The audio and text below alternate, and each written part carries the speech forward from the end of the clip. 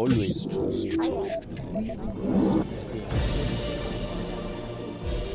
I'm Jonah Hull in a rainy Sarajevo, and Bosnia and Herzegovina is living through challenging times.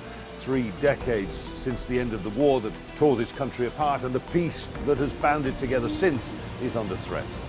The latest crisis erupted when the parliament in Republika Srpska, one of Bosnia's 2 autonomous entities, banned the state-level police and judiciary from operating on its territory. This assault on the country's constitutional order was led by Bosnian Serb leader Milorad Dodik, who has long defied central government and the internationally mandated High Representative. His conviction last month for undermining Bosnia's constitution has deepened the standoff. Instead of backing down, Dodik escalated, urging Bosnian Serbs to withdraw from federal institutions, ignoring national prosecutors and dismissing a prison sentence imposed by Bosnia's top court.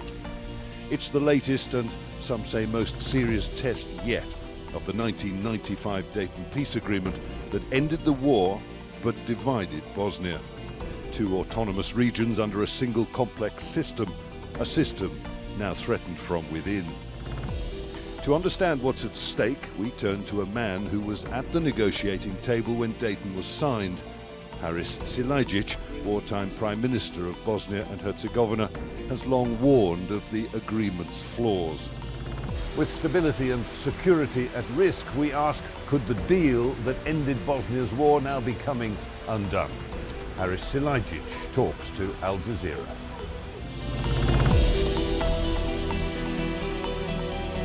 Haris Silajdzic, thank you for talking to Al Jazeera. Bosnia today finds itself at this moment in a pretty tense political crisis. Its shared power structures and institutions are being challenged from within by the Bosnian Serb leader Milorad Dodik. How dangerous a moment do you think this is? Well, this is certainly an attack on our institutions. There are dangers, but we've been through wars. And we have survived. This is not just a random case. This is deliberate, planned, and it's the continuation of a very old project from 1840, when the Greater Serbia scenario was first introduced to the public in writing. Greater Serbia meaning that Serbia expands westwards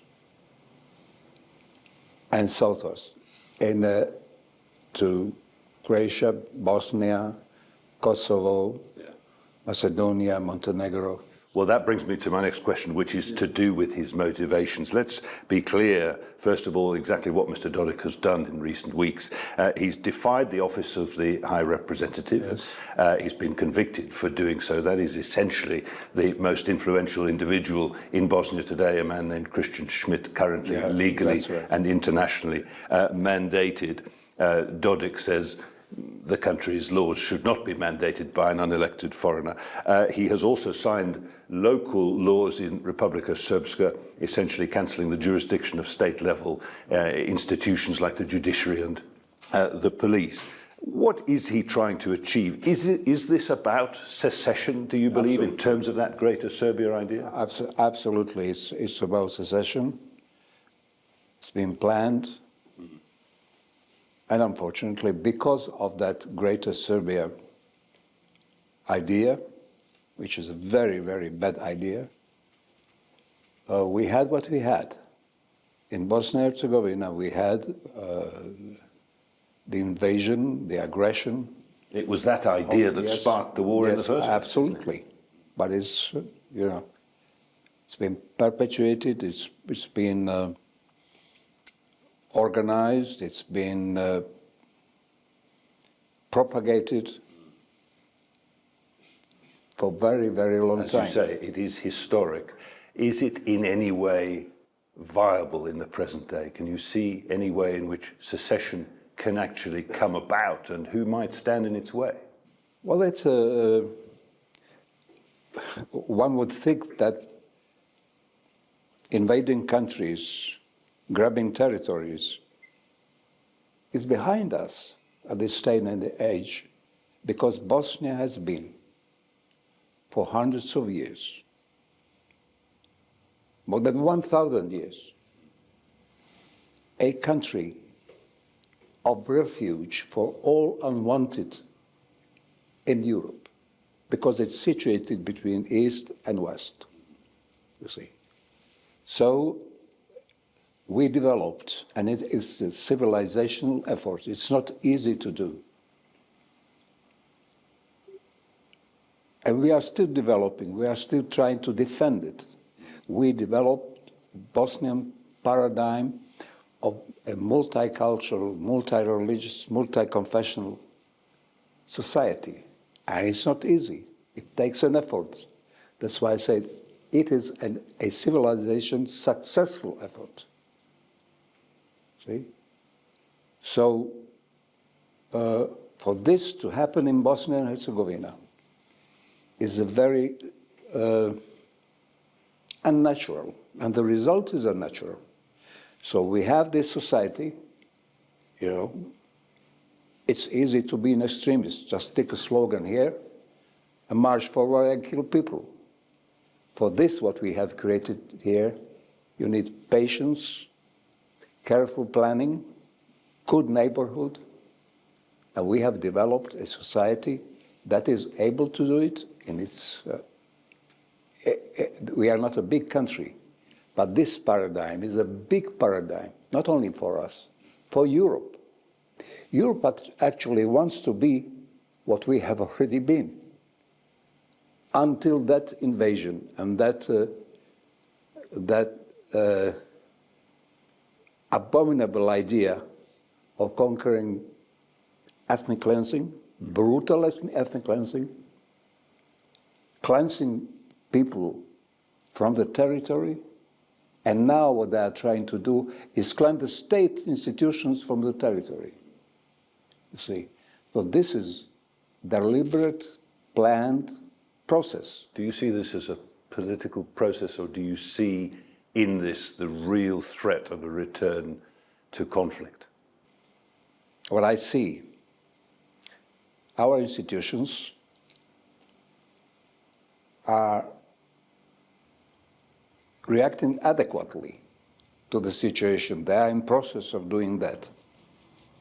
The international community, and in Europe, Europe has obviously developed a heightened sensibility for the bells of war. You see, they know now that the fringe, we are a fringe, although we are in the middle of Europe, but we are a fringe country. We are not one of the main countries. That's where the danger lies. That's where the danger lies. And they are also coming here. NATO chief came here. Stern words from Mark Rutte, the NATO chief. His message was to the leaders here, get your act together, step up to your leadership positions and solve this. Well, I would add something. I've heard this. Simplistic. I've been hearing this for decades now.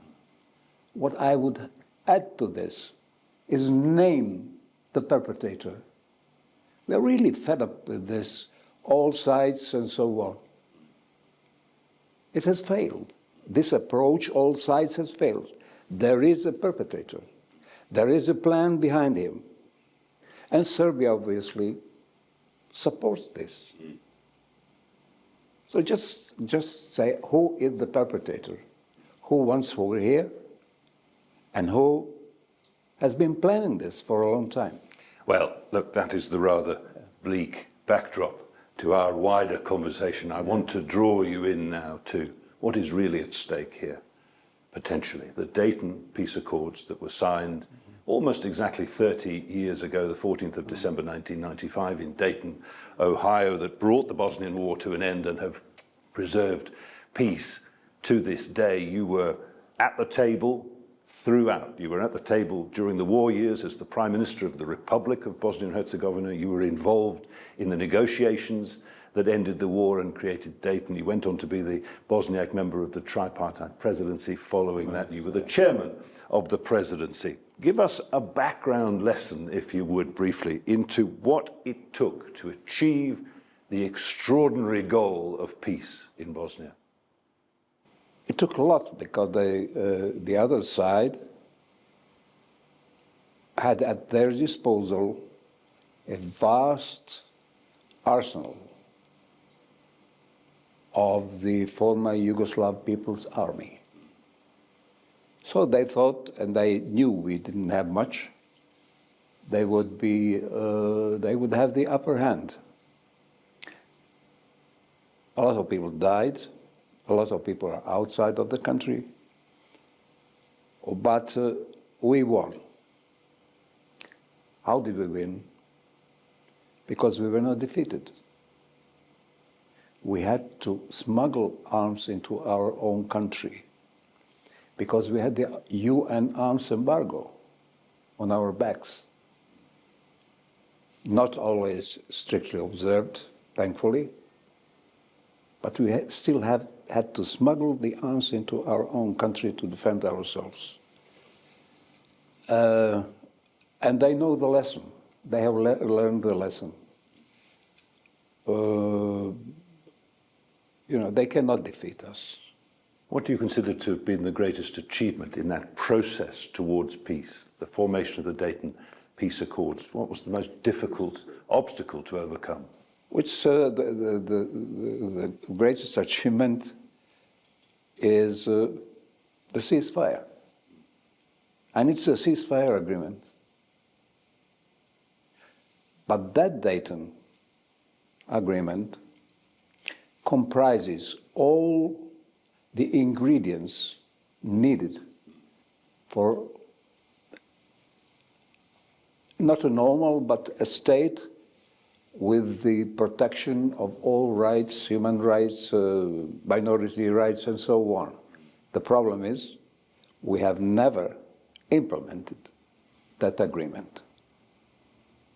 That's a downside. But the ceasefire was achieved, and that was an achievement of international diplomacy too. I want to talk about the implementation quickly, though. I spoke to a Bosniak war veteran recently who said this: we accepted Dayton, although it was clear that this was, in a way, a reward for the aggressor. We did so because we wanted to preserve Bosnia and Herzegovina within its borders and to end the war. Was it a mistake, do you think, to have given quite so much to the Serb side in this deal? Or did the mistake perhaps come later in failing to prevent the spread of nationalism under the terms of the system that came next? Well, what was the alternative? Most probably, and I'm almost sure that the alternative of not accepting the peace agreement would be a frozen conflict, temporary. And that temporary can last very, very long, as we know. So the frozen conflict would have been detrimental to our interests, I think. The achievement was that Bosnia and Herzegovina remained intact. We became a full member of the United Nations, which is a big obstacle for all those who want to destroy Bosnia and Herzegovina. I think lives were saved, but that alternative of frozen conflict was not an alternative that we could accept. The system that came out of Dayton and based on the Dayton Accords, has it stood the test of time, do you think? Do you think it's still the right formula for Bosnia today? No. I think we could get... I personally would accept any constitution from the European Union, Swiss, Belgium, any. This is the product of war, This is prolonged ceasefire. This served its purpose. And I think, if you ask me, I would create a different system of 4 or 5 regions in Bosnia and Herzegovina, natural demography, economy regions that would serve the people of Bosnia and Herzegovina, serve the citizens. This serves some very bad political ideas. This. You see, it's been pretty bogged down in those political ideas because of the system of consensus, because of the veto powers that each side has. You end up with political stalemate. Yeah, but I still think everything is better than war. Better than war. War is horrible. No doubt better than war. Yeah. But a system that many people say is broken, and let's look at why, not just that idea of political stalemate, but also Bosnia is one of the poorest economies in Europe. It has one of the highest unemployment rates, and a lot of the population don't have an enormous amount of faith in their institutions. 69% have no faith in parliament, 71% no faith in the government, 72% in local authorities, 83% in political parties. There's not a lot of faith and confidence in the structures that exist. Naturally so. Naturally so, because there was no reason not to develop as a normal country, except one reason: the perpetrator. They blocked everything. They obstructed everything, including return of refugees. That's Annex 7 of this agreement, including Annex 9, corporations, which would incorporate the economy of Bosnia and Herzegovina. It's been fragmented. So there is a problem. The problem is the people that have a plan to destroy Bosnia and Herzegovina. They removed even the names of Bosnia and Herzegovina from the towns they control. Well, let's explore this idea of constitutional change. To be fair, I think it's not just the obstinacy or the exploitation of the system by the perpetrators that holds Bosnia back. I'll read you something from a report released by the Brussels-based Independent European Policy Centre. They say constitutional reform is absolutely vital, not just to progress on the path to EU membership, but to bring this country into line with simply being a functional democracy. They say this: 30 years after the war, the ultimate authority in the country continues to be a foreign official, not elected by Bosnian citizens. It continues to be governed along sectarian lines. In a country of slightly more than 3 million people, that's about the size of Madrid or Berlin, there are 13 parliaments, 5 presidents, and around 150 ministries. Leaving the perpetrator aside, that is not a recipe for modern-day governing success. Absolutely. I agree.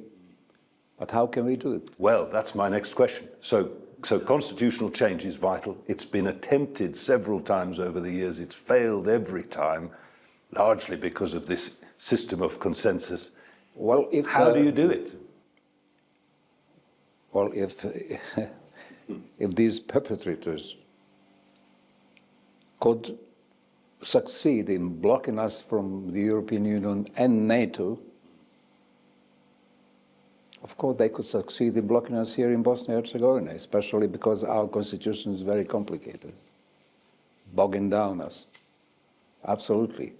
So we have to break some eggs here to make this omelette. Because we've been tiptoeing around, all sides. Please, behave, boys. It's no. It has not worked. It has not worked. Those must be named.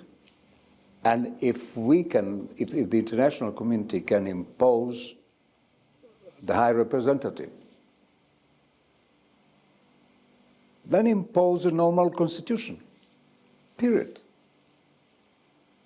See, that's what we would like to see. How does that gain the support and credibility among a divided population? Well, divided what population? Run a referendum. And you can see that it's not divided. People want peace. Young people want life. No, not the mythology, not the death cults. See, not graveyards. They want to live. And the new generations is obviously ready for that. And I hope in Serbia too. And I can see that there is a new generation there that can bring the change, because everything started from the regime in Belgrade in Serbia. Because of this expansionism, you know, the crazy idea that they can take other people's territories, kill, expel people, and live happily ever after. This is a sick idea, I must say. So it must stop.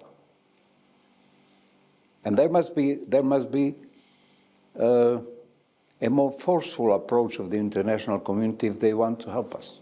Run a referendum in Bosnia, see what the citizens want really, and help us implement that. That's simple. But talking about all sides, please, you know, be nice, that hasn't worked, as we can see. Is European Union membership still a valid, well, and achievable goal, any time short of achieving the sort of standards you're talking about? Because that sounds pretty far off. EU membership is desirable, of course, but is it achievable? Well, it depends on the European Union. Well, they've already said, haven't they, that constitutionally Bosnia needs reform. Well, they can help us with this constitution because Bosnia deserves that. Bosnia does not deserve this, what we have now. We deserve some attention. We did not create the Berlin Wall. You see, the Berlin Wall, those big pieces from the Berlin Wall, when it went down on Bosnia, and we are breathing heavily under it. So we did not create this. See? We are a small country. And of course, we cannot change everything. It's the other way around. Europe should help us and should help this very small but actually big symbol paradigm of living together in peace, the real thing, not a story of it. You can see it here today. And again, how do we win? It's because you can now go to the Srebrenica, where the genocide culminated, talk to mainly women are left. Male were executed, as you know. Talk to them. You will not find one with one word of hate. Isn't this an achievement? That you have a country, Europe has a country, however insignificant or significant or small, that is ready for what European Union wants to be, because that we have been for centuries, and it was not easy. That's why I call it a civilization effort. Well, you have played a hugely instrumental part in the latest chapter of that civilization effort. Haris Silajdzic, what have you learnt in all of these years that you would like to pass on to a new generation of leaders here? Now we have the technology. We have the opportunity, actually, to communicate instantly, globally, in one instant, right? That is a great achievement. Do we have the content to send? What do we communicate? Because as I say today, this new power that we have, this new technology, It looks like it's so much ahead of us. People are scared. So they try to go back. They hurry back to their comfortable place of the old and known, only to find it unrecognizable. You see, so we are all in a bad place, and unfortunately it's going to get hard and harder.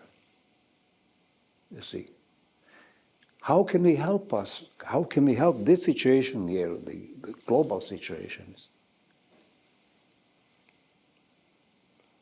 to, I'll use the terms that are not very, they're very preferred these days. Empathy, for example. Try to understand. Goodwill, because it's all over the internet. Ill will. It's like an eruption. Something is happening to us. And we must understand that people are very confused, very concerned. But this is our state of mind right now. We don't know where we are. We don't know how to deal with this situation. And we have unprecedented changes at a pace that the human being is not prepared biologically to accept. We don't have time to internalize what's happening to us. And that is a very dangerous situation. We have mental indigestion, if you like. Everything is, flying by us. The new phenomenon, every day, 100, 200, thousands of new phenomena. People are confused. So let's look at the successful efforts to bring together diverse communities or with some differences. So well, that's Bosnia. That's the value of Bosnia. Wise words, Haris Silajdzic. Thank you for talking about Jazeera. Thank you for coming here.